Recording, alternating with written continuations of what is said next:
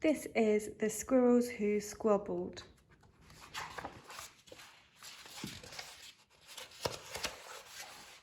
In a towering forest where summer had been, the cool air bit fresh and the mosses grew green. And as autumn edged in and the sky raged red, the sleepiest creatures got ready for bed.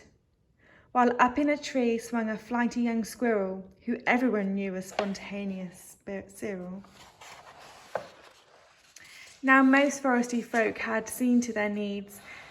Through the plentiful months of mushrooms and seeds, they'd built up their stores so they'd all be well fed through the frosting of winter that glittered ahead.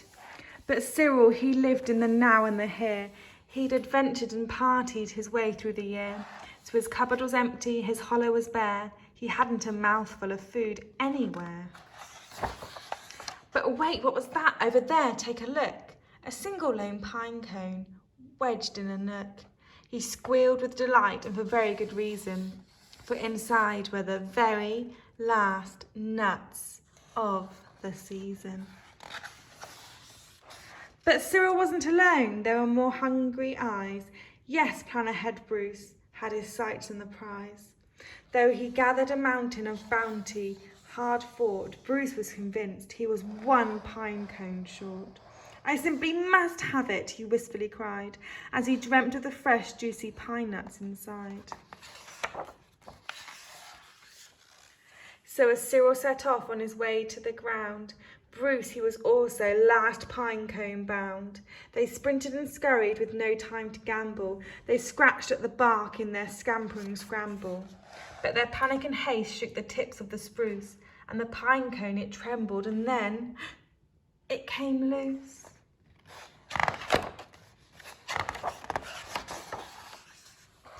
Both squirrels gave chase at a lightning pace. This was the start of a wild, nutty race. "It's mine," shouted Cyril. "No, mine," hollered Bruce. "You don't stand a chance. Give up, it's no use." "I'm hungry," cried Cyril. "This cone is not yours." "Stay back," shouted Bruce. "This cone's for my stores." It boinged over bushes and flew through the air. It binged on the nose of a slumbering bear. It bounced over boulders, then came to a stop, then teetered and wobbled and quivered and plop. Both squirrels followed. Oh, the water was fast. Would they learn that they needed each other at last? But each was intent on how he could win, so they didn't quite notice a bird sweeping in. Cyril and Bruce, they watched in dismay as their cone disappeared, up, up, up, and away. "Come back," shouted Cyril. "There are nuts," exclaimed Bruce. But all hope was gone. It was simply no use. And meanwhile they drifted right up to the ledge. Greed, it was driving them. Over the edge. Cyril and Bruce, they had taken a fall. They were paying the price for wanting it all. They squandered their chances to team up and share. Would their nutty young hope simply end in despair? Bruised and bedraggled, they swept past dry land. Cyril grabbed at a branch with a trembling hand. Catching Bruce with the other, he heaved and he huffed, and dragged him to safety with panting and puff. They stared at the sky, quite lost in deep thought, until Bruce looked at Cyril and let out a snort. "How silly we are," he proclaimed, all a jiggle. "How greedy we've been," spluttered Bruce with a giggle.